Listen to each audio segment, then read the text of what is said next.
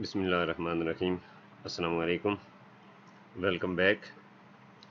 आज हम cloud computing के बहुत इम्पोर्टेंट पार्ट की तरफ पढ़ेंगे और ये है क्लाउड कंप्यूटिंग के मॉडल्स और ओवरव्यू लेंगे। इसके अलावा हम वर्चुअलाइजेशन का कि वर्चुअलाइजेशन क्या चीज़ है, इसके बारे में हम थोड़ी सी बात करेंगे और मज़ीद हम इसको कंटिन्यू करेंगे अगले लेक्चर में। तो क्लाउड कंप्यूटिंग के बारे में हमने लास्ट टाइम देखा था कि एक नया पैराडाइम है जो कि इन सब को कंबाइन करता है, मतलब हर एक के बेनिफिट्स को उठाता है। डिस्ट्रीब्यूटेड कंप्यूटिंग के जैसे क्लस्टर कंप्यूटिंग है, ग्रिड कंप्यूटिंग है, उसके अलावा ऑटोनोमिक कंप्यूटिंग है, पर्सनल कंप्यूटिंग है, ये जितने यूटिलिटी कंप्यूटिंग है, ये जितने मॉडल्स हैं कंप्यूटिंग के, इन सब को कंबाइन करते हैं। और इसमें जो मतलब अभी हम ये देखते हैं कि क्लाउड कंप्यूटिंग जो है वो काम कैसे करती है। अगर उन सब का एक तो कम्बिनेशन है, लेकिन एक चीज़ उसमें एडिशनल भी है जो बाकी में रिलेटिवली कम लेवल पे होती है, इसमें ज़्यादा होती है, और उसी को हम कहते हैं वर्चुअलाइजेशन। तो स्टार्ट हम करते हैं जी। तो क्लाउड कंप्यूटिंग के दो तरह से मॉडल्स होते हैं जी। एक होते हैं सर्विस मॉडल्स और दूसरे होते हैं डिप्लॉयमेंट मॉडल्स। ठीक है, डिप्लॉयमेंट मॉडल्स पे भी हम बात करेंगे और सर्विस मॉडल्स पे भी बात करेंगे। ठीक है, तो लेट्स स्टार्ट। ठीक है,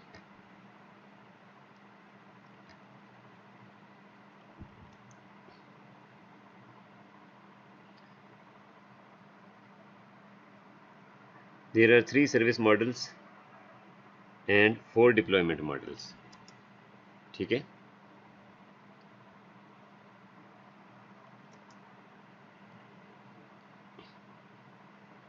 पहले हम एक सिंपल एनालॉजी लेंगे। ठीक है, आप किसी नए शहर में जाते हैं और कहीं पे आप जाके रहना चाहते हैं। ठीक है, मतलब आप को जगह चाहिए रहने के लिए, किसी नए शहर में आप गए हैं, तो आपके पास क्या ऑप्शंस हैं। एक तरीका ये हो सकता है जी कि आप एक नया घर बना लें। दूसरा ये हो सकता है कि आप एक घर ले लें, बस उसमें कोई ना रहता हो, एम्प्टी हाउस आप परचेज़ कर लें, बना बनाया घर।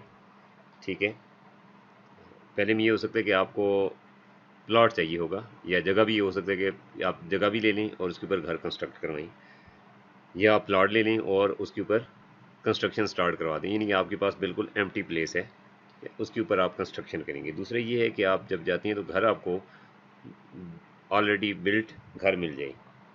तीसरा ये हो सकता है जी कि आप देखें, घर जब आप बनाएंगे तो डेफिनेटली आपको उसकी कंस्ट्रक्शन भी करनी पड़ेगी, या अगर आप बना हुआ घर भी लेते हैं तो उसमें आपको रेनोवेशन करना पड़ेगी, चीज़ें आपको रेडी करने के लिए डेफिनेटली सामान भी परचेज़ करना पड़ेगा।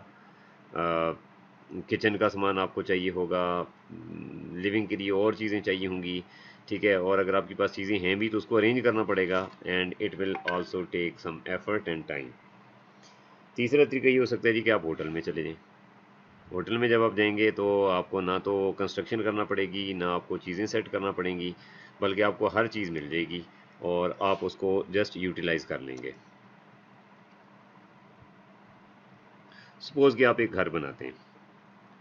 ठीक है, अब जब आप घर बनाने की बात करते हैं तो आपके पास प्लॉट अवेलेबल है, एक खाली जगह अवेलेबल है, उस पे आप अपनी मर्ज़ी का नक्शा बना सकते हैं, यानी आपको पूरा कंट्रोल हासिल है, हर चीज़ आपके कंट्रोल में है।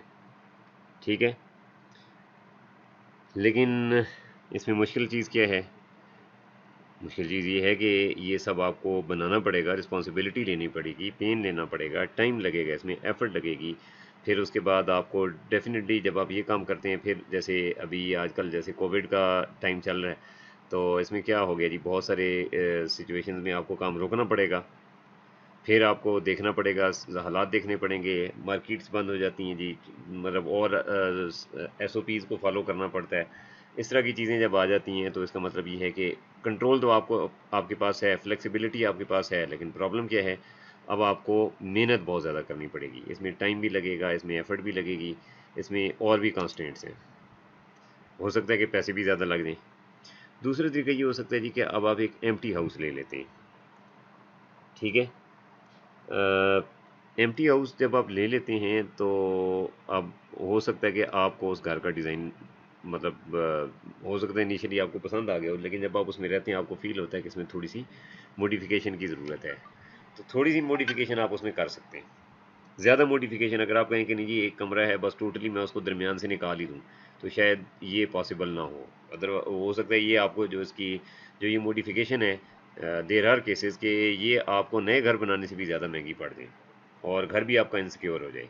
ठीक है, मतलब ये कि ऐसा स्ट्रक्चर पे फॉर एग्जांपल वो बना हुआ है, बीम पे बना हुआ है, ठीक है, एक उस पे कंक्रीट पे बना हुआ है और उसमें कोई क्रैक आ जाता है, कुछ हो जाता है, तो उसका मतलब ये कि आपका पूरा घर जो है इस वक्त मतलब आपके लिए भी ख़तरनाक साबित हो सकता है किसी भी वक्त। ठीक है, फिर उसमें जो बनी हुई चीज़ें हैं, कहाँ पे पाइप्स फिट हुए हुए हैं, कहाँ पे वायरिंग की सेटिंग हुई हुई है, मतलब काफ़ी सारी चीज़ें ऐसी हैं जो कि आप इतनी आसानी से चेंज नहीं कर सकेंगे।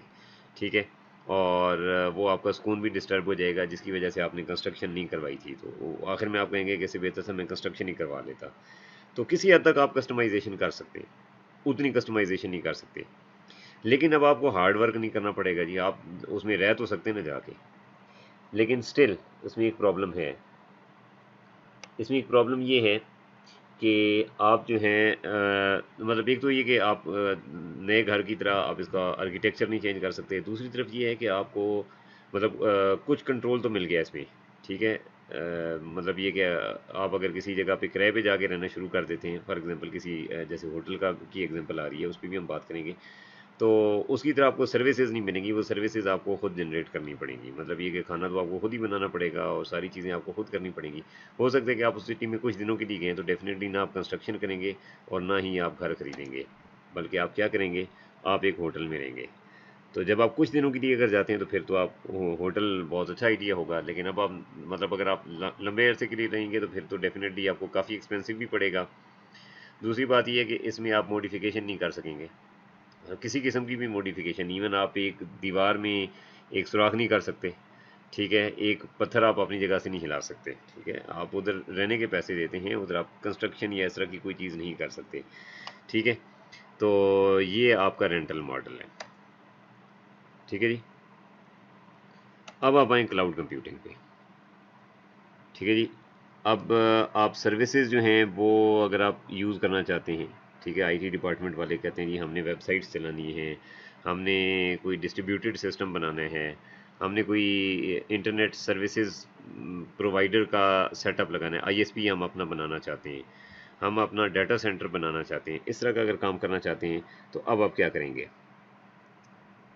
ठीक है, जैसे एक तरीका तो ये हो सकता है कि जैसे आप अपना घर बनाते हैं, ठीक है, similar to build a new house, इसमें आप क्या कर सकेंगे, जैसे आपने पहले देखा उसमें क्या हो सकता है कि आप सारा हार्डवेयर परचेज करें जिसमें आपका कंप्यूटर आता है, कंप्यूटर्स आते हैं बल्कि, ठीक है, राउटर्स होंगे, स्विचेस होंगे, केबल्स होंगी, डेस्क्स होंगे, रैक्स होंगे जहाँ पे आप सर्वर्स रखेंगे। ठीक है, उसके अलावा डिस्क्स लेंगे। ठीक है, वाईफाई अडाप्टर्स में भी लें आप, और इस तरह की चीज़ें जो है वो काफ़ी सारी आप लेंगे। ठीक है, तो उसके बाद जाके आपका एक इंफ्रास्ट्रक्चर बनेगा, इसको कहते हैं इंफ्रास्ट्रक्चर, जो जिसमें आपका हार्डवेयर और सपोर्टिंग जो आपका इक्विपमेंट होता है, दैट इज़ कॉल्ड इंफ्रास्ट्रक्चर। तो बिल्डिंग अ न्यू हाउस को हम कहते हैं इंफ्रास्ट्रक्चर एज अ सर्विस, कि आपको इंफ्रास्ट्रक्चर मिल गया है। ठीक है, अब इसके ऊपर आप अपना आर्किटेक्चर बना सकते हैं।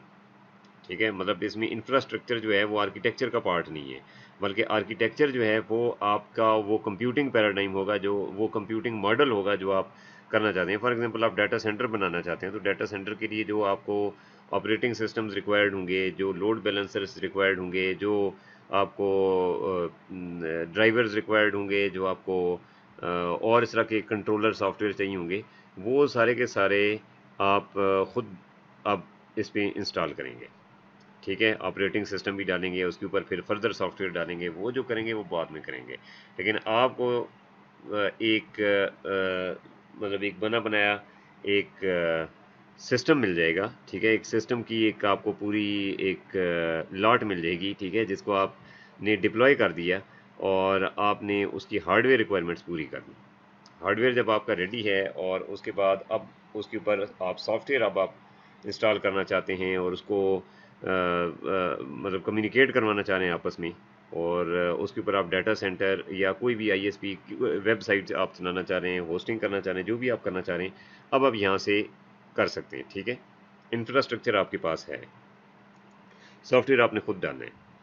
दूसरी जो सिचुएशन थी कि बाई एन एम्प्टी होम, कि अब आप क्या कर सकते हैं कि आपको हार्डवेयर भी मिल गया और बेसिक सॉफ्टवेयर भी मिल गया।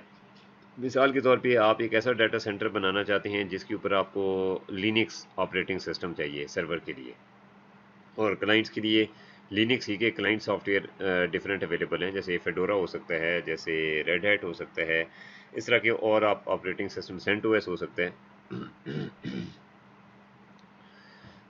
तो ये सारे के सारे अब आपको इंस्टॉल्ड मिलेंगे। हो सकता है कि आपको जावा में डेवलपमेंट करनी हो, या जावा की रिक्वायरमेंट आपकी हो कि आपने जावा के ऊपर आपने एप्लीकेशन चलानी है, जावा बेस्ड एप्लीकेशन, तो वो आपके लिए जावा रन टाइम इन्वायरमेंट जो है वो भी आपको इंस्टॉल करके दे देंगे। अगर आप विंडोज़ बेस्ड सिस्टम लेते हैं तो उसके लिए फिर आपके पास विंडोज़ इंस्टॉल्ड होगी, may be SQL server installed हो, उसके अलावा डॉट नेट फ्रेमवर्क इंस्टॉल्ड होगा, इंटरनेट इंफॉर्मेशन सर्वर इंस्टॉल्ड होगा। ये बेसिक सॉफ्टवेयर जो उसकी रिक्वायरमेंट हैं वो उसमें इंस्टॉल्ड होंगे। विंडोज़ ऑपरेटिंग सिस्टम जो है विंडोज़ सर्वर 2012 या 2016 वो इंस्टॉल्ड होगा। तो अब इस तरह के सॉफ्टवेयर आपके पास इंस्टॉल्ड होंगे, तो अब ये infrastructure plus some level of software, जो आप बेसिक जो ऑपरेटिंग सिस्टम है और सर्वर्स हैं कुछ, वो अगर आपको इंस्टॉल्ड मिलते हैं तो इसका मतलब ये है कि अब ये इंफ्रास्ट्रक्चर नहीं है, बल्कि ये अब कहलाएगा प्लेटफॉर्म। तो आपको सर्विस के तौर पे पूरा प्लेटफॉर्म दिया जा रहा है। मतलब ये कि अब आपसे जो पैसे चार्ज किए जा रहे हैं वो सिर्फ इंफ्रास्ट्रक्चर के नहीं है। एक तरीका तो ये हो सकता है ना कि आप किसी के पास हैं, आप कहें जी कि हम आपसे डेडिकेटेड सर्वर लेते हैं, उसके ऊपर हम राइट फ्रॉम स्क्रैच, यानी विंडोज़ या लिनक्स कोई भी ऑपरेटिंग सिस्टम है वो हम खुद इंस्टॉल करेंगे, और उसके ऊपर तमाम सर्वर्स हम खुद इंस्टॉल करेंगे। तो वो आपसे जो पैसे चार्ज करेंगे और जो सर्विसेज देंगे वो सिर्फ मशीन्स की लेवल तक या हार्डवेयर की लेवल तक होंगी। ठीक है, अगर आप क्लाउड की बात करते हैं तो फिर हम वर्चुअल मशीन्स की बात करेंगे कि आपको वो वर्चुअल मशीन सिर्फ प्रोवाइड करेंगे उनके ऊपर के वर्चुअल मशीन। अब वर्चुअल मशीन क्या चीज़ है, हम इंशाल्लाह इसके ऊपर भी आज हम एक छोटा सा ट्यूटोरियल रख रहे हैं, आपको उस पर भी ओवरव्यू देंगे कि वर्चुअल मशीन्स क्या होती हैं, तो उसके ऊपर भी हम थोड़ी सी बात करेंगे। तो वो अगर आपको सिर्फ वर्चुअल मशीन्स दे रहे हैं, ठीक है, फिजिकल मशीन भी हो सकती है बाय द वे, ठीक है, फिजिकल मशीन तो आपने देखी है, वर्चुअल मशीन में भी आप में से बहुत सारे लोगों को अभी ना पता हो कि वर्चुअल मशीन्स क्या होती हैं। ठीक है, तो उसके ऊपर हम बात करेंगे। तो अब आपको वो वर्चुअल पीसीज या वर्चुअल मशीन्स आपको देंगे। उसके अलावा मतलब इसमें वो शामिल हो सकता है, वर्चुअल राउटर्स हो सकते हैं जी, वर्चुअल प्रिंटर्स हो सकते हैं, इस तरह की बहुत सारी चीज़ें वर्चुअल आपको प्रोवाइड की जा सकती हैं। ठीक है, अच्छा, लेकिन अब बात आ जाती है जब प्लेटफॉर्म की, तो उसका मतलब ये है कि उन वर्चुअल मशीन्स पे आपको ऑपरेटिंग सिस्टम भी इंस्टॉल करके दिया होगा। आपने कहा होगा जी विंडोज़ होस्टिंग हमने करनी है तो विंडोज़ सर्वर इंस्टॉल हुआ होना चाहिए, विंडोज़ सर्वर 2016, उसके ऊपर एसक्यूएल सर्वर 2016 इंस्टॉल्ड हो, उसके ऊपर डॉट नेट फ्रेमवर्क 4.7 इंस्टॉल्ड हो। ठीक है, इस तरह की चीज़ें जो हैं वो आप कह देते हैं जनाब ये हमें चाहिए, तो वो एक उन्होंने पूल बना के रखा होगा, वो आपको पूरे का पूरा प्रोवाइड कर देंगे। अब वो जो आपको सर्विसेज दे रहे हैं और जो चार्जेस आपसे ले रहे हैं, इन सब चीज़ों के ले रहे हैं, और अगर इनमें से किसी एक चीज़ में भी प्रॉब्लम आता है तो वो आपको इस पर सपोर्ट देंगे, क्योंकि ये अब प्लेटफॉर्म एज अ सर्विस है। पहले वाला था infrastructure as a service, IaaS, ये है platform as a service, PaaS। Third one जो है वो एक होटल में रहने वाली एक एग्जांपल थी, अगर आपको याद हो। हमने कहा था कि ये तीसरा ये हो सकता है कि आपने अगर मतलब बहुत लंबे पीरियड के लिए अगर आपने इस्तेमाल नहीं करना, तो आप क्या करें, आप होटल में रह लें, बजाय इसके कि आप लाखों करोड़ों रुपए लगा के घर बनाएं, तो आप कुछ हज़ार चंद 1,000 खर्चा कर लें। आपने एक हफ्ते के लिए रहना है, होटल में आप रह लें। ठीक है, अगर 5,000 रुपये पर डे भी किराया होगा तो 35,000 ही बनेगा ना, 35 लाख तो नहीं होगा। तो उस सूरत में आपको डेफिनेटली वो सूट करेगा।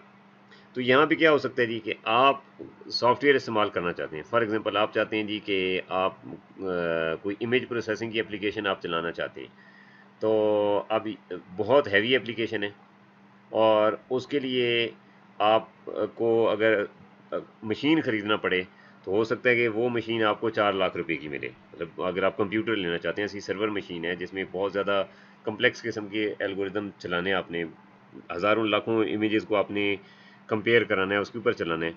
अब आप अगर वो उस किस्म का हैवी किस्म का सॉफ्टवेयर सॉरी लैपटॉप लेते हैं या कंप्यूटर लेते हैं, तो हो सकता है वो आपको 2 से 4 लाख रुपए में पड़े। जबकि वही अगर आपको कंप्यूटेशन अगर मिल जाए और चाहिए आपको सिर्फ 1 वीक के लिए, तो डेफिनेटली ये फिजिबल नहीं होगा कि आप 1 हफ्ते के लिए इतना महंगा सर्वर परचेज़ करें। फिर आप क्या करेंगे? फिर आप ये करेंगे कि जी कि आप रेंटल मॉडल पे जाएंगे कि जनाब बेशक वो 1 दिन के 5,000 रुपये ले ले, 10,000 रुपये ले ले, 1 हफ्ते के 70,000 बन जाएंगे ना। जबकि इतने पैसे डेफिनेटली रेंटल्स वाले जो होते हैं वो इतने पैसे नहीं लेते, ठीक है, वो इससे काफ़ी कम पैसे लेते हैं। तो हो सकता है कि वो आपका काम 20-30 हज़ार रुपये में हो जाए, जो 4 लाख में आप लेंगे और उसके बाद उसका कोई यूज़ भी नहीं है। तो रिजल्ट्स आपको सेम मिलें, मतलब जो आप करना चाहते हैं वो आपको मिल जाए। तो ये जो चीज़ होती है इसको कहते हैं सॉफ्टवेयर एज अ सर्विस। इस तरह की बहुत सारी एग्जांपल्स हैं। salesforce.com एक है जो कि बहुत सारे लोग इस्तेमाल करते हैं।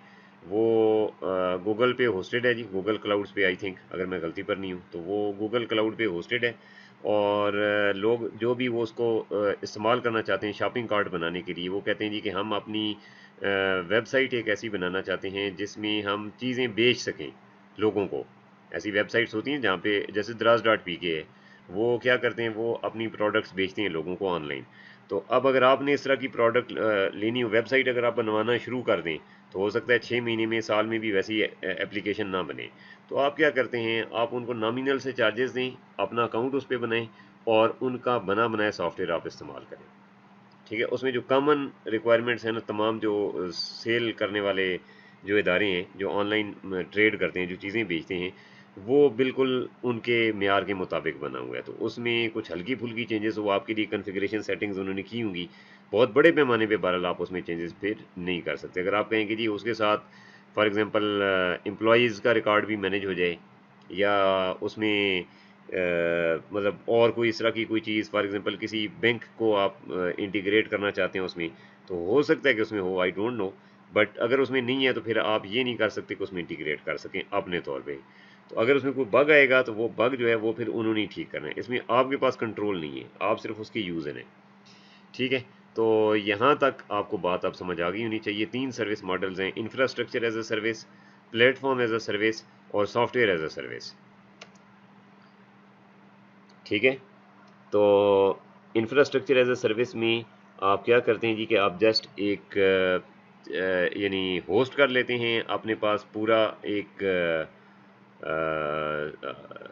क्या क्या कह सकते हैं इसे, एक आपका पूरा एक मॉड्यूल आप हार्डवेयर का या मशीन का आप एक सिस्टम जो है ना, वो एक आप पूरा बना लेते हैं जिसमें आपका तमाम नेटवर्क्स भी शामिल होता है, सारी चीज़ें आपकी शामिल होती हैं, रेडी टू यूज़ होती हैं। रेडी टू यूज़ नहीं, इनसे कहते हैं रेडी टू कंस्ट्रक्ट होती हैं। उसके ऊपर अब आप प्लेटफॉर्म डेवलप करेंगे, यानी आप ऑपरेटिंग सिस्टम इंस्टॉल करेंगे, आप उस पर सर्वर्स इंस्टॉल करेंगे, आप उनकी कॉन्फ़िगरेशन करेंगे, आप उसकी मेंटेनेंस करेंगे। अगर उसमें कोई प्रॉब्लम आता है तो ये आपकी ज़िम्मेदारी है। ठीक है, तो इंफ्रास्ट्रक्चर एज ए सर्विस में कंट्रोल आपके पास ज़्यादा है, लेकिन फिर रिस्पॉन्सिबिलिटी भी ज़्यादा है। प्लेटफॉर्म एज ए सर्विस या पास के अंदर जो है, वो आप क्या करते हैं कि आपके पास प्लेटफॉर्म रेडी है, प्लेटफॉर्म के ऊपर जो है, आप देखें ना, ट्रेन जब चलती है तो पटरी तो हर दफ़ा नहीं ना बिछानी पड़ती, ट्रैक पहले से बना हुआ होता है, तो वो प्लेटफॉर्म पे आ जाती है। ठीक है, तो प्लेटफॉर्म बना हुआ होता है, बस वो है ना, वो जाते हैं, बस ये आप उस पर सिर्फ ट्रैवल करें। तो प्लेटफॉर्म जब आपके पास रेडी होता है तो फिर आप जस्ट बिल्ड करते हैं। तीसरा ये है जी कि आप बिल्ड भी ना करें जी, प्लेटफॉर्म भी आपको मिल गया, उसके ऊपर जो उस प्लेटफॉर्म पे भी जो चीज़ बनानी थी वो भी आपको मिल गई, यानी कि आपको ट्रेन भी मिल गई। ठीक है, अब आपने क्या करना है, सिर्फ आपने सफ़र करना है। उर्दू वाला भी आप समझ लें और इंग्लिश वाला भी समझ लें। ठीक है, सॉफ्टवेयर एज ए सर्विस जी, अगर अच्छी हुई तो उर्दू वाला सफ़र होगा और बुरी हुई तो इंग्लिश वाला सफ़र हो जाएगा। ठीक है, सॉफ्टवेयर एज ए सर्विस, इसका मतलब ये है कि अब आप सॉफ्टवेयर को कंज्यूम करेंगे। तो सारी चीज़ें रेडी हैं, यूँ समझें कि पूरी का पूरा एक ऐसा ऑफिस आपके लिए रेडी है जिसमें आपने करना कुछ नहीं है, सिर्फ उसको इस्तेमाल करना है। कोई कन्फिग्रेशन अगर प्रॉब्लम होगा तो सॉफ्टवेयर में ही आपका ज़्यादा से ज़्यादा रोल होगा। उसके अलावा बाकी जो काम है सारी सर्विसेज आपको प्रोवाइडर कर रहा है। ठीक है, प्रोवाइडर आपको सारी सर्विसेज प्रोवाइड कर रहे हैं। ठीक है जी, तो अब देखें, अब ये मॉडल चलता कैसे है, अभी हम उसके ऊपर भी बात करते हैं। डिप्लॉयमेंट मॉडल्स तो एक डिफरेंट चीज़ है, लेकिन पहले मैं सर्विस को ज़रा आपको बताता हूँ कि ये होता कैसे है, क्यों लोग क्लाउड्स यूज़ करते हैं। इसकी बहुत सारे रीज़न्स हैं। क्लाउड यूज़ करने की रीज़न एक तो ये है कि ये एक मशीन नहीं होती। बाय द वे, मशीन क्या होती है ये भी मैं आपको बताता हूँ। जैसे कंप्यूटर की एक एग्जांपल है, कंप्यूटर एक मशीन है। जब मैं मशीन की बात करूँ, इसका मतलब ये है कि एक पीसी है, ठीक है। वो लैपटॉप हो सकता है, वो कंप्यूटर हो सकता है, ठीक है। तो एक मशीन आपके पास है, ठीक है। अब मशीन की दो किस्में होती हैं, एक सॉफ्टवेयर सॉरी एक सर्वर मशीन होती है, एक क्लाइंट मशीन होती है। सर्वर जो होते हैं ना, जब वेबसाइट्स के लिए हम लोग जब ऑर्डर करते हैं, हम कहते हैं जी कि हम एक वेबसाइट होस्ट करना चाहते हैं, तो हम रब्ता करते होते हैं इंटरनेट सर्विस प्रोवाइडर से या होस्टिंग प्रोवाइडर से। होस्टिंग प्रोवाइडर्स क्या करते हैं जी, वो हमारी वेबसाइट को रजिस्टर करते हैं और कुछ होस्टिंग प्रोवाइड करते हैं, जहाँ पे हम अपनी फाइल्स, वेबसाइट की जो हम डेवलप करते हैं उसकी फाइल्स वहाँ पे प्लेस कर देते हैं एक फोल्डर में। जब वो हम वहाँ पे प्लेस कर देते हैं, तो उसके बाद फिर क्लाइंट्स को हम वेबसाइट का नाम बताते हैं जी, www.mysite.com.pk फॉर एग्जांपल, ठीक है। वो साइट जब मैं किसी को नाम उसका बताता हूँ, जैसे द्राज.pk है, जैसे google.com है, जैसे facebook.com है, तो ये नाम बताते हैं। अब वो नाम जब हम बताते हैं, तो उसके बाद अब होस्टिंग आती है। होस्टिंग का मतलब ये होता है कि वो उसके ऊपर जो पेजेस ओपन हो रहे हैं, जो HTML की फाइल्स ओपन हो रही हैं, जो इमेजेस आपको शो हो रहे हैं, जो लिंक्स शो हो रहे हैं, और जो नेविगेशन हो रही है, ये फाइल्स की मदद से होती है, जो आपने ASP.NET या PHP या जावा सर्वर पेजेस JSP में बनाई है। इसी तरह से आजकल पाइथन में भी बन रही हैं, ठीक है, या कोल्ड फ्यूजन है, काफ़ी सारे इस तरह से वेब डेवलपमेंट प्लेटफॉर्म्स हैं। तो अब क्या होता है कि आपने साइट होस्ट करवा दी। जब आप साइट होस्ट कर देते हैं किसी जगह पे, तो उसके ऊपर जो सर्वर होता है वो उन लोगों का होता है, उसके ऊपर जो सॉफ्टवेयर इंस्टॉल किए होते हैं, लिनक्स है या विंडोज़ है, इंटरनेट इंफॉर्मेशन सर्वर है, या वैम्प लैम्प आपने नाम सुने होंगे जब आप वेब प्रोग्रामिंग पढ़ रहे होंगे, ठीक है। तो वो आप इंस्टॉल करते हैं PHP के लिए, तो वो इंस्टॉल उन्होंने करके रखा हुआ होता है। अब क्या होता है कि आपकी साइट मतलब अब उसकी मेंटेनेंस जो होती है ना, मतलब कुछ पार्ट आपके होते हैं, जैसे फाइल अगर आपने अपलोड या डाउनलोड करनी है या चेंजेस करनी है, वो उसके ज़िम्मेदार तो आप खुद हैं। लेकिन जो सर्वर की मेंटेनेंस है, जो वेब सर्वर जो उसके ऊपर सॉफ्टवेयर उन्होंने इंस्टॉल किए हुए, वैम्प है या IIS है, इंटरनेट इंफॉर्मेशन सर्वर है, उसकी जो मेंटेनेंस की ज़िम्मेदारी है वो आपके होस्टिंग प्रोवाइडर की है, ठीक है। उसमें आपका प्रॉब्लम नहीं है कि वेबसाइट कैसे चल रही है, बिहाइंड द सीन उन्होंने क्या सॉफ्टवेयर इंस्टॉल किए हुए हैं, ये चलाना, उसके ऊपर सिक्योरिटी इंप्लीमेंट करना, वो सब कुछ उनका काम है, आपका काम नहीं है, ठीक है। आपका जो स्कोप है वो अपनी वेबसाइट तक है, बस आपने उसको सिक्योर रखना है, सर्वर को सिक्योर रखना उनकी जिम्मेदारी है। तो अब आप उस पर किसी भी बंदे को बता सकते हैं वेबसाइट, और उसके ऊपर अगर आप ऑर्डर लेना शुरू कर देते हैं, फॉर एग्जांपल ऑनलाइन आपने ई-कॉमर्स की साइट बनाई है, ऑर्डर्स आप ले सकते हैं, उसके ऊपर ऑर्डर्स लोग देंगे और आपको रिसीव भी होंगे, और आप अपना काम उस पर अच्छा खासा चला सकते हैं। प्रमोशन की वेबसाइट्स, ठीक है, वो आप बना सकते हैं, जैसे यूनिवर्सिटीज़ की साइट्स होती हैं, वो आप बना सकते हैं। सोशल मीडिया की साइट्स बना सकते हैं, न्यूज़पेपर्स की साइट्स बना सकते हैं। ये आपने होस्ट कर ली। प्रॉब्लम ये है कि जब आपने उसमें कोई चेंजेस करनी है, मिसाल के तौर पे किसी बैंक की वेबसाइट है, अब उसमें जो आपकी चेंजेस हैं वो इस तरह की हैं कि आप ये चाहते हैं कि आप कंप्रोमाइज़ नहीं कर सकते। वैसे तो चलो जी, मैं तो कह सकता हूँ यार मेरे पास इतने पैसे नहीं है, मैंने कौन सा बहुत बड़ी साइट बनानी है, बस इंट्रोडक्टरी साइट बनानी है, तो मेरे लिए तो कोई प्रॉब्लम नहीं है। अगर उनका सर्वर हैक हो जाता है और बाद में वो ठीक भी हो जाता है, तो मेरे लिए कोई प्रॉब्लम नहीं है। लेकिन एक बैंक के लिए है या किसी बहुत बड़े इदारे के लिए है, तो जैसे स्टॉक एक्सचेंज, अगर वो किसी वजह से हैक हो जाए तो फिर कितना लॉस होगा, आप खुद समझदार हैं। तो उसके लिए क्या किया जाता है, फिर उसके लिए वो रिलाई नहीं कर सकते सर्विस प्रोवाइडर के ऊपर, वो कहते हैं जी हमारे पास डेडिकेटेड होस्टिंग होनी चाहिए। उसके ऊपर वो कहते हैं जी हम अपने सिक्योरिटी प्रोटोकॉल्स, अपने सिक्योरिटी के सॉफ्टवेयर इम्प्लीमेंट करेंगे, सब कुछ खुद करेंगे, और उसका सोर्स कोड हम किसी को नहीं देना चाहते। फिर क्या होगा, फिर दो बातें हो सकती हैं। अब आप सर्वर जो है ना वो उनसे लें, जो आपके होस्टिंग प्रोवाइडर हैं, सर्वर उनसे लें और उन्हीं के पास होस्ट करें, उसकी सारी मेंटेनेंस वो करें, वो उसके आपसे पैसे लेंगे, लेकिन उसके ऊपर क्या इंस्टॉल्ड है, उसका यूज़र नेम पासवर्ड आपने सर्वर का उनको नहीं बताया हुआ, उसकी मेंटेनेंस आपकी ज़िम्मेदारी है। जो इसकी है जो ऑपरेटिंग सिस्टम और उसके ऊपर की जो यानी प्लेटफॉर्म है ना, उसकी रिस्पॉन्सिबिलिटी आपकी है, हार्डवेयर उनका है, लेकिन अब डेडिकेटेड है। पहले वाला जो था वो शेयर्ड था कि जनाब जहाँ पे 20 साइट्स और उन्होंने होस्ट की हुई हैं, वहाँ पे आपकी भी 2 साइट्स होस्ट कर देंगे। अब आपने क्या किया कि आपने अपनी साइट के लिए उनसे जगह ले ली, मतलब उनसे मशीन ले ली, सॉरी जगह तो पहले केस में ली थी, अब पूरी मशीन ही आपने अलग ले ली। अच्छा, अब आपने क्या किया कि मशीन उनके पास पड़ी हुई है और आप उसको चला रहे हैं। तीसरा केस ये हो सकता है कि इसी में मतलब यानी इसी का दूसरा पार्ट ये हो सकता है कि आप वो मशीन अपने बैंक में रख दें, लेकिन जब आप उसको रखेंगे तो इंफ्रास्ट्रक्चर बना लेंगे। इसका मतलब क्या है कि अब आप जो है उसकी एक एक चीज़ का ख्याल खुद रखेंगे, ऑपरेटिंग सिस्टम खुद इंस्टॉल करेंगे, सर्वर्स खुद इंस्टॉल करेंगे, ठीक है, इवन नेटवर्किंग तक खुद करेंगे, सब कुछ खुद करेंगे। तो अब आपका ये इंफ्रास्ट्रक्चर हो गया। अब उसके ऊपर आप प्लेटफॉर्म बनाएंगे, प्लेटफॉर्म का मतलब ये ऑपरेटिंग सिस्टम डालेंगे, वेब सर्वर डालेंगे, फिर उसके बाद अब आप उसके ऊपर अपनी वेबसाइट चलाएंगे। अब इसमें प्रॉब्लम क्या है? प्रॉब्लम इसमें ये है कि अब जब आपका अगर किसी वजह से इंटरनेट डिस्कनेक्ट हो जाता है और सर्वर आपके पास पड़ा हुआ है, तो उसका मतलब है आपके क्लाइंट्स आपके सर्वर के साथ कम्युनिकेट नहीं कर सकेंगे और आपको लॉस होगा। दूसरा तरीका ये हो सकता है कि आपके सर्वर की हार्ड डिस्क फारिग हो जाती है या मशीन जल जाती है किसी वजह से, तो आप समझ लें कि बाकी दुनिया के लिए आप डेड हो गए, ठीक है, आपका सिस्टम डेड हो गया। तो इसका मतलब ये है कि ये भी आपको लॉस की तरफ लेके जा रहे हैं। अब आप फिर क्या करते हैं? अब एक मशीन के ऊपर आप रिलाई नहीं कर सकते। डिस्ट्रीब्यूटेड कंप्यूटिंग का बेनिफिट क्या है कि आपका एक सर्वर जो होता है उसकी मल्टीपल कॉपीज मेंटेन हो रही होती हैं, यानी रिडंडेंट स्टोरेज हो रहा होता है। मल्टीपल प्लेसेस पे आप वर्चुअल मशीन्स को प्लेस कर रहे होते हैं। क्लाउड कंप्यूटिंग इसी चीज़ का नाम है कि आप मल्टीपल वर्चुअल मशीन्स बना लेते हैं और उनकी कॉपीज़ जो है ना वो डिफरेंट जगह पे आप डिस्ट्रीब्यूट कर देते हैं। तो आप क्लाउड के क्लाइंट्स होते हैं। अब मेरा ख्याल है काफ़ी हद तक बात आपको समझ आ गई है, ठीक है।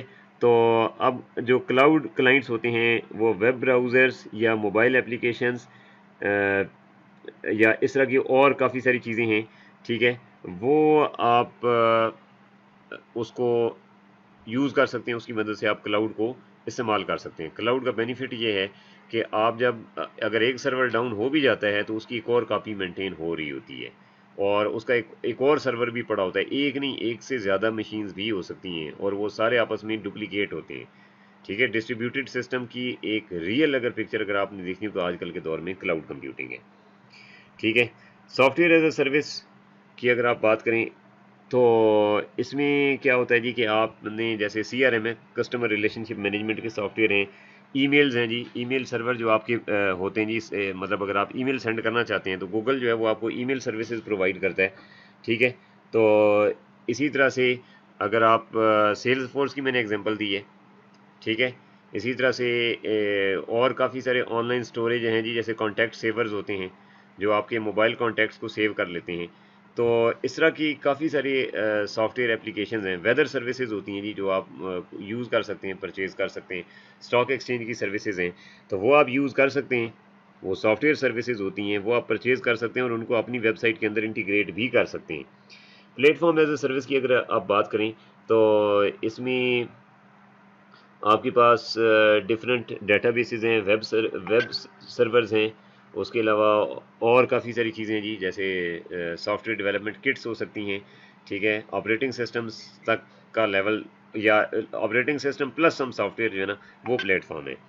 इंफ्रास्ट्रक्चर में यूजुअली आपकी वर्चुअल मशीन्स आती हैं और कुछ केसेस में ऑपरेटिंग सिस्टम को इसका हिस्सा बनाया जाता है। मेरे ख्याल में जो ऑपरेटिंग सिस्टम है ये प्लेटफॉर्म एज अ सर्विस का हिस्सा है। ये और बात है कि आजकल आपको ये यानी IaaS और PaaS जो हैं ये आपको काफ़ी हद तक मर्ज्ड मिलेंगे, यानी इन दोनों में डिस्टिंग्विश करना ज़रा मुश्किल होगा, ठीक है जी। तो इतनी सारी बातें करने के बाद ही अब हम आते हैं डिप्लॉयमेंट मॉडल पे।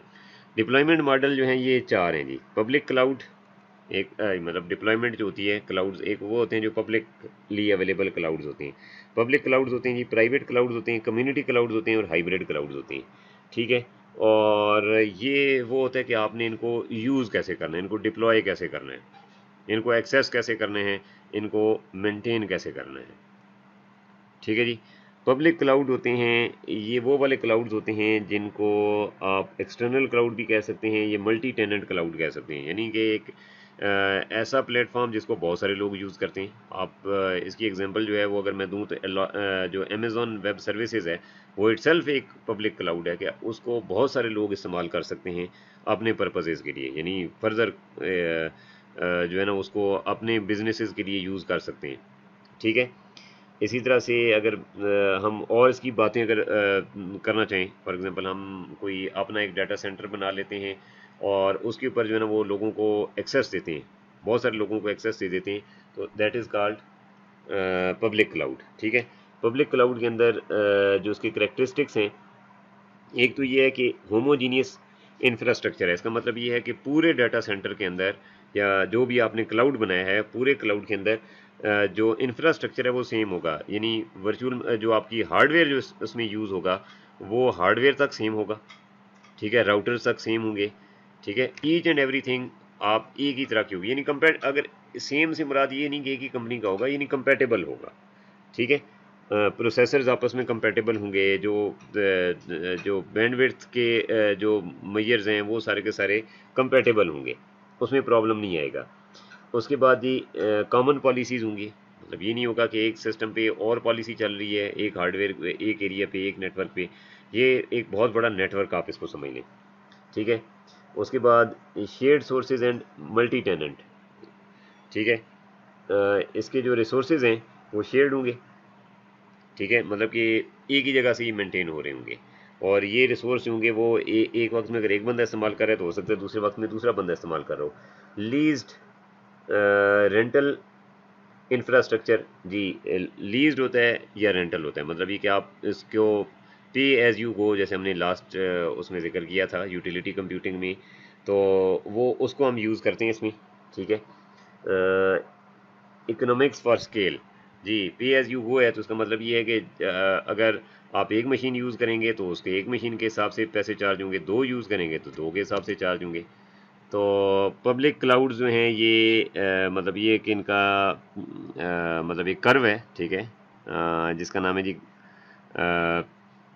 Gartner hype cycle for emerging technologies around August 2011। ठीक है, तो अगस्त 2011 में आप देख सकते हैं कि ये कर्व जो है ना, ये क्लाउड तकरीबन इसके टॉप पे पहुंचा हुआ था 2011 में। ठीक है, और फिर उसके बाद अगर आप आए 2012 के अंदर, तो इसमें जो प्राइवेट क्लाउड था ये एकदम से काफ़ी बूम पे आ गया था। प्राइवेट क्लाउड क्या चीज़ है? प्राइवेट क्लाउड की डेफिनेशन ये है जी कि इसको आप इंटरनल क्लाउड भी कह सकते हैं या ऑन प्रेमिसेस क्लाउड भी कह सकते हैं। ये एक कंपनी का हो सकता है, मतलब आप उसको बाकी दुनिया से हटा के रखेंगे, जैसे किसी बैंक का क्लाउड हो सकता है। ठीक है, और इसमें इस तरह की चीज़ें हैं। इसकी जो बेसिक करेक्टरिस्टिक्स हैं उसमें ये एक तो हेटेरोजीनियस इसका इंफ्रास्ट्रक्चर होता है, मतलब इसमें डिफरेंट इंफ्रास्ट्रक्चर जो है वो आप यूज़ कर रहे होते हैं। कहीं मतलब डिपेंडिंग अपॉन सिचुएशन आपका इंफ्रास्ट्रक्चर चेंज हो सकते हैं उसमें चीज़ें। ठीक है, और कस्टमाइज्ड एंड टेलर्ड पॉलिसीज़, मतलब ये किसी अगर बैंक है तो बैंक वाले अपनी पॉलिसीज़ इंप्लीमेंट करेंगे। ठीक है, ये सिर्फ उन्हीं के लिए बनाया गया होगा। ठीक है, या अगर यूनिवर्सिटी का है तो यूनिवर्सिटी के लिए होगा। डेडिकेटेड रिसोर्सेज हैं जी, शेयर्ड नहीं है। इसका मतलब ये है कि वही रिसोर्सेज जो हैं, वही बैंडविड्थ जो है वो सिर्फ एक ही बंदे के लिए या सॉरी एक ही उस ऑर्गेनाइजेशन के लिए यूज़ होगी जिसका ये प्राइवेट क्लाउड है। ठीक है, इन हाउस इंफ्रास्ट्रक्चर है जी, इन हाउस डेवलपमेंट अगर किसी ने करवानी है, अगर उसको यूज़ करना है। ठीक है, मतलब तमाम जो उसकी जो ट्रैफिक है वो अगर बैंक वालों ने सिर्फ अपने पर्पज़ के लिए यूज़ करनी है तो फिर उसे हम कहते हैं जी in house infrastructure. End to end control होता है जी, मतलब इसका ये होता है कि इसके दो एंड्स होते हैं, यानी कि एक एंड पे जो है वो आपका जो एडमिनिस्ट्रेशन लेवल होता है और दूसरे एंड पे ऑपरेटर लेवल होता है। ठीक है, तो इसकी जो ऑपरेशन है या कंट्रोल है वो एंड टू एंड है। ठीक है, उसमें जो पहले वाला था ना वो सेंट्रलाइज्ड था। अच्छा जी, कम्युनिटी क्लाउड होते हैं जी, ये इस तरह से होते हैं कि डिफरेंट ऑर्गेनाइजेशंस ने मिल के एक क्लाउड बनाया हुआ होता है, जिसमें किसी कॉमन रिसर्च प्रॉब्लम के ऊपर या किसी कॉमन कॉज के ऊपर वो काम करें। फॉर एग्जांपल अगर कोविड के ऊपर रिसर्च कर रहे हैं जी अगर कोई ऑर्गेनाइजेशन, तो क्या करेंगे, डिफरेंट ऑर्गेनाइजेशंस डिफरेंट यूनिवर्सिटीज़ मिल के एक प्रोजेक्ट पे काम करेंगे। जैसे सर्न एक इसकी बहुत अच्छी एग्जांपल है, जिन्होंने इंटरनेट भी ईजाद किया था। ठीक है, सेंटर फॉर क्या था जी वो, यूरोपियन सेंटर ऑफ रिसर्च, कुछ इस तरह से उसका नाम बनता है, सर्न। तो ये एक बहुत बड़ा इदारा है जो बहुत सारे मुल्क मिल के चला रहे हैं। तो उन्होंने अगर इस तरह का काम करना है, नासा के ऊपर ऊपर किया जा सकता है जी। अगर डिफरेंट ममालिक जो हैं वो मिल के, अगर नासा को के साथ मिल के अगर कोई प्रोजेक्ट करते हैं तो वो कम्युनिटी क्लाउड बना के उसके ऊपर अपना डाटा शेयर कर सकते हैं। ठीक है। तो तीसरा जो चौथी किस्म है जी वो हाइब्रिड क्लाउड है। इन सबको मिला लें, कहीं पे आप पब्लिक प्राइवेट मिक्स कर लें, कुछ पार्ट पब्लिक हो कुछ प्राइवेट हो। ठीक है। कहीं पे कम्युनिटी भी इन्वॉल्व हो और प्राइवेट भी इन्वॉल्व हो, कहीं पे कम्युनिटी और पब्लिक इन्वॉल्व हो, तो उन सबको आप कंबाइन करके तो एक यानी इन सब का एक मिक्सचर बना सकते हैं। This is called hybrid cloud. ठीक है। तो क्लाउड का जो इकोसिस्टम है, क्लाउड का जो इकोसिस्टम है, इसमें आप देख सकते हैं कि सबसे टॉप लेवल पे होता है सॉफ्टवेयर एज अ सर्विस, और इसमें आप देख सकते हैं salesforce.com की एग्जांपल है। ठीक है। इसी के अलावा जीमेल भी अगर आप कहें तो वो भी इस तरह की चीज़ें हैं। गूगल एप्लीकेशंस हैं डिफरेंट, मतलब गूगल ड्राइव है, वन ड्राइव में भी आपने नाम सुना हो। ठीक है। माइक्रोसॉफ्ट की सर्विस है। तो इस तरह की चीज़ें जो हैं वो सॉफ्टवेयर एज अ सर्विस में आती हैं। उसके बाद प्लेटफॉर्म एज अ सर्विस में अगर आप देखें तो आप जैसे पास भी कहा जाता है। ठीक है। इसमें IBM का प्लेटफॉर्म है। ठीक है। उसके अलावा विंडोज़ एज़्योर है, मतलब विंडोज़ एज़्योर भी क्लाउड प्रोवाइडर हैं। आप विंडोज़ की मशीन, इवन लिनक्स की मशीन्स भी आप वहाँ पे आप लीज़ कर सकते हैं। And finally Amazon web service है, और गो ग्रिड है, और काफ़ी सारे नाम हैं। सन माइक्रो सिस्टम का बाय द वे यहाँ पे नाम आ रहा है, अगर मेरे ख्याल में आउटडेटेड है, क्योंकि सन माइक्रो सिस्टम को परचेज़ किया जा चुका है जी, और वो ओरेकल ने परचेज़ कर लिया, ओरेकल कॉर्पोरेशन ने, काफ़ी सालों से। ठीक है। तो इंफ्रास्ट्रक्चर एज अ सर्विस, ये जो है ना, ये बाकी जो लास्ट में मैंने बताया नहीं फाइनली, ये सारे उसके एग्जाम्पल्स हैं। ठीक हो गया जी। अच्छा, अब जनाब हम देखते हैं कि क्या प्रॉब्लम्स हैं, ये क्यों ज़रूरत पेश आई है। ठीक है। मतलब अगर आप लोग अगर आप देखें, आज से अगर 20 साल पहले जब क्लाउड्स का नाम ज़रा लोगों को नहीं पता था, तो उस वक्त क्या प्रॉब्लम्स आते थे। या ऐसे 40 साल पीछे चले जाएं तो शायद मेरा ख्याल है कि डिस्ट्रीब्यूटेड कंप्यूटिंग भी, मतलब उस वक्त भी उसका भी शायद अभी नाम नहीं था। तो अ, मतलब उसमें ना एक तो प्रॉब्लम ये था कि इसकी एग्जांपल, जो सबसे बड़ी एग्जांपल दी जाती है कि ये अमेज़ॉन जो है इसके पायनियर्स हैं। तो अमेज़ॉन वालों को ऑर्डर्स मिलते हैं, अगर आपको पता हो, जब ये ब्लैक फ्राइडे वगैरह आता है, नवंबर के महीने में ब्लैक फ्राइडे होता है, ख़ास दिन होता है अमेरिका में, जुम्मे का दिन, तो उसको वो ब्लैक फ्राइडे कहते हैं। तो जिस दिन वो होता है उस दिन फिर वो पूरे मुल्क में ना एक भगदड़ मच जाती है जनाब। सारे लोग जो है ना वो दौड़ते हैं, क्योंकि उस दिन सेल लग जाती है जी बहुत सारे प्रोडक्ट्स पे।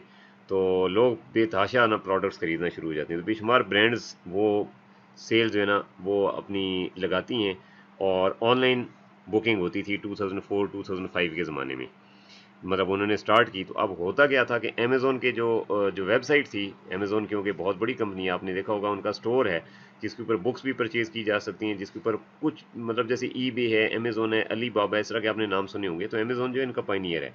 तो अमेज़ॉन जो कंपनी थी, इनके पास क्या होता था कि इनके सर्वर जो होते थे ना, वो चोक हो जाते थे। चोक होने का मतलब ये है कि वो वेट बर्दाश्त नहीं कर सकते थे, और वो नॉन रिस्पॉन्सिव मोड में चले जाते थे जब लाखों करोड़ों orders at the same time जब आते थे। तो अब होता क्या था कि वो, जब उन्होंने इसको टैकल करने के लिए जब उन्होंने सर्वर परचेज़ किए, तो अब एक और नुकसान हो गया।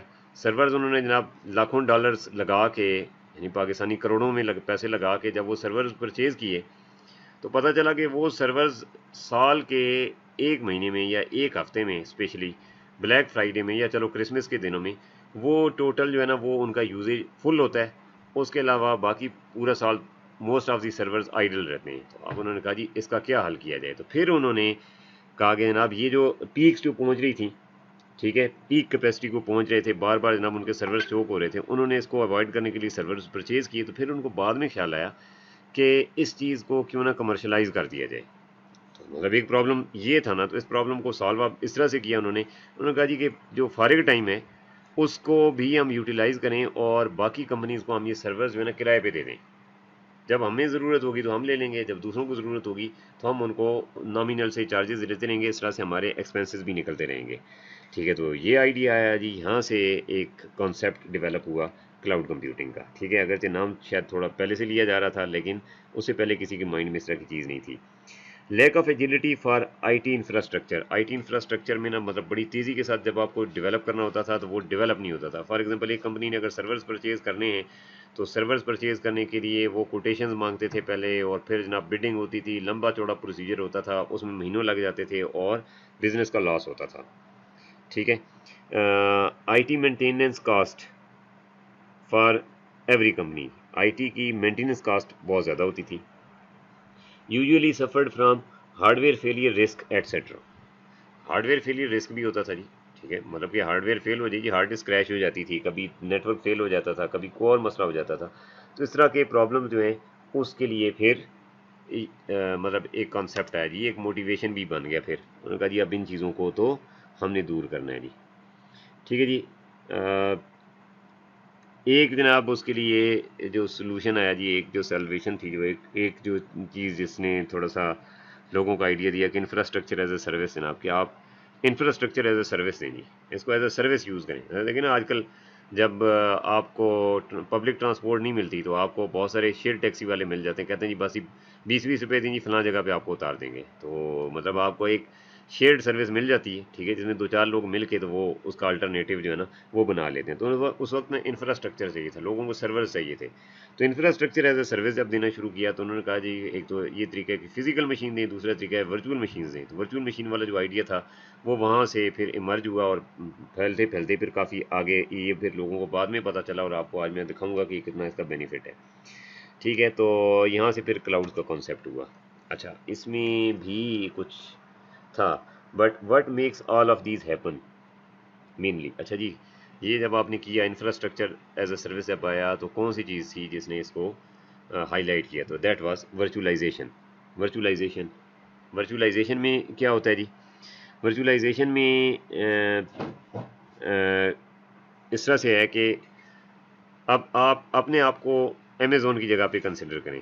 आप कहते हैं कि जी कि आप क्लाउड सर्विसेज प्रोवाइड करेंगे, तो क्या आप मशीन्स देंगे लोगों को? कैसे मशीन्स देंगे? अब आप सोचें, मतलब क्या प्रॉब्लम्स हैं जी जो कि आपको करना पड़ेंगे? क्यों आप कैसे आप देंगे?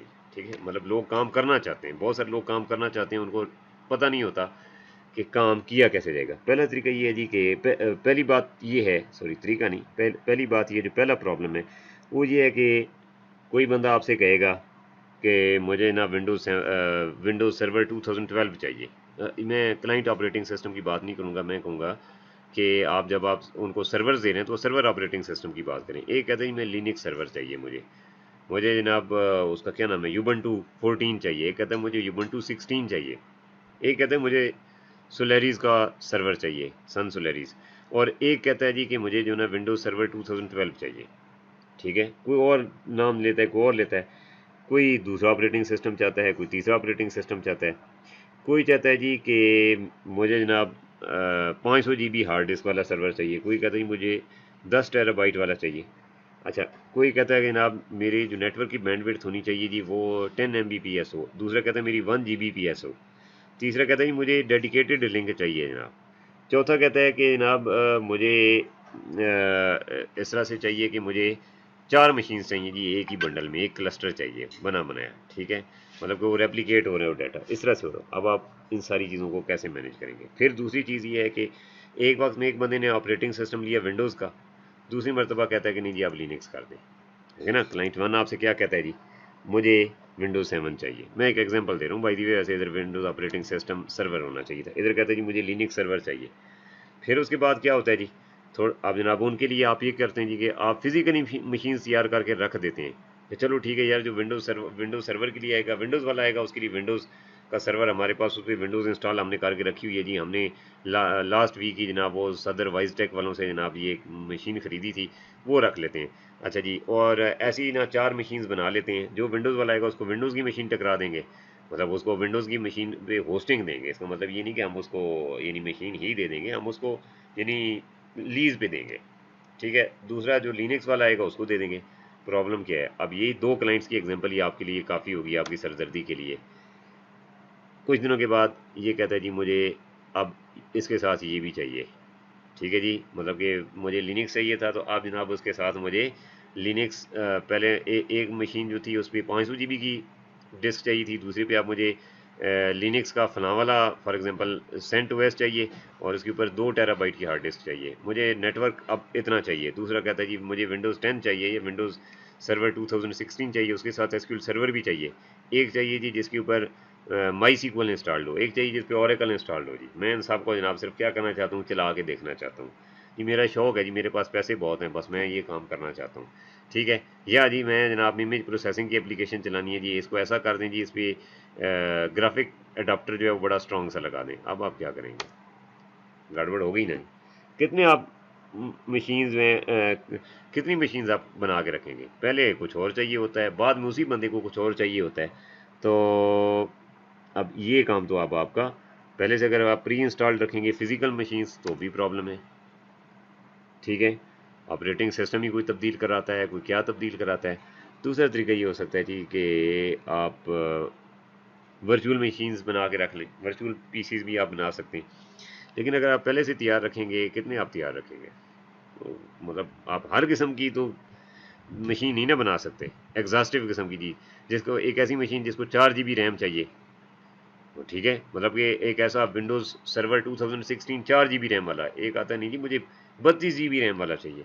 अब 32 GB रैम वाला अब आप क्या करेंगे, फिर वर्चुअल मशीन भी बनाएंगे तो उसको, इसका मतलब है कि होस्ट मशीन में इतनी आपके पास जगह होगी तो आप करेंगे, और फिर आप कन्फिगर मैनुअली करना शुरू कर देंगे, या कितनी आप बनाएंगे कि 32 GB वाली भी 10 बना के रखो जी, और 64 GB वाली भी 10 बना के रखो, 8 GB वाली 10 बना के रखो।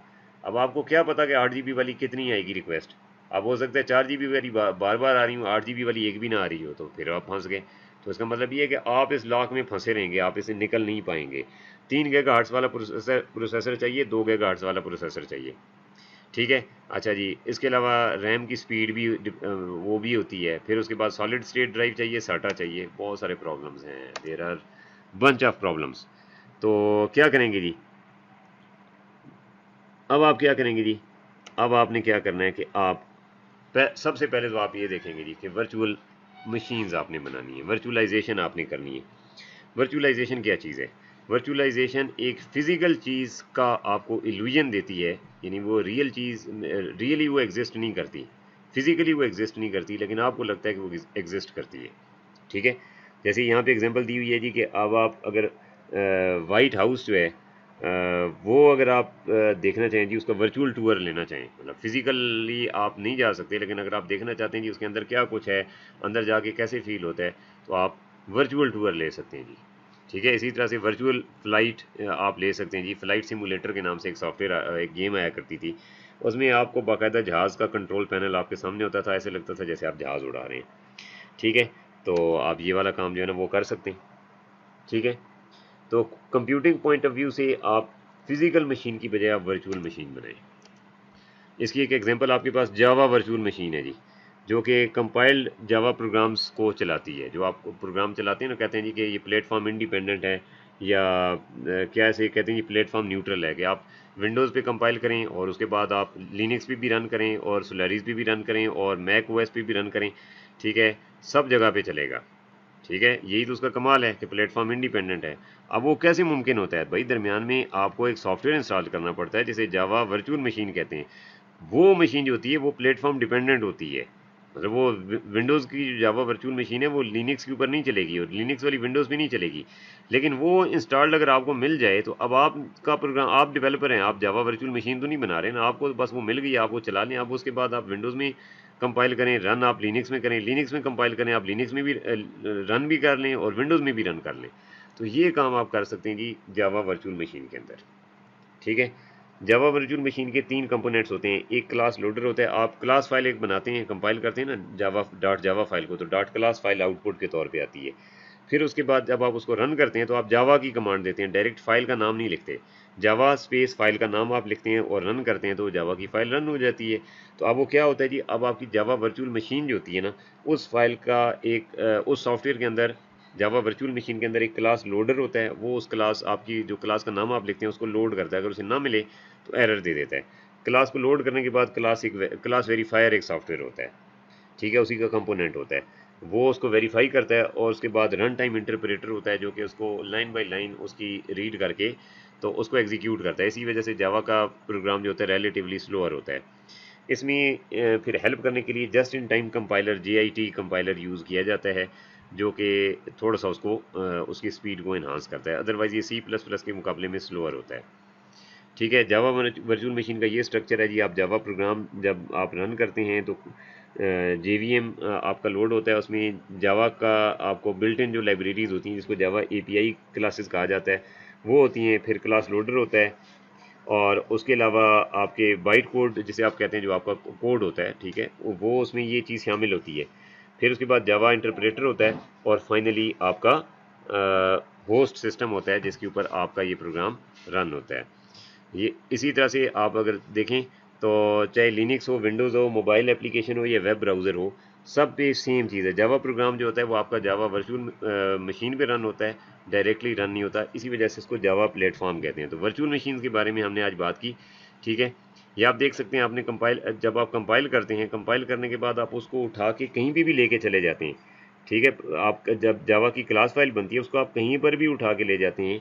ये जो आपको जो ये वाली लाइन नज़र आ रही है ना, ठीक है, कर्व्ड लाइन नज़र आ रही है, ये क्या चीज़ है? इसका मतलब आप उसको पोर्ट करें, एक जगह से उठाएं, दूसरी जगह पे लेके जाएं और वहाँ पे जाके जस्ट आप रन कर दें, तो अब आपसे दोबारा कंपाइलेशन नहीं मांगी जाएगी। That is why this is called Java virtual machine.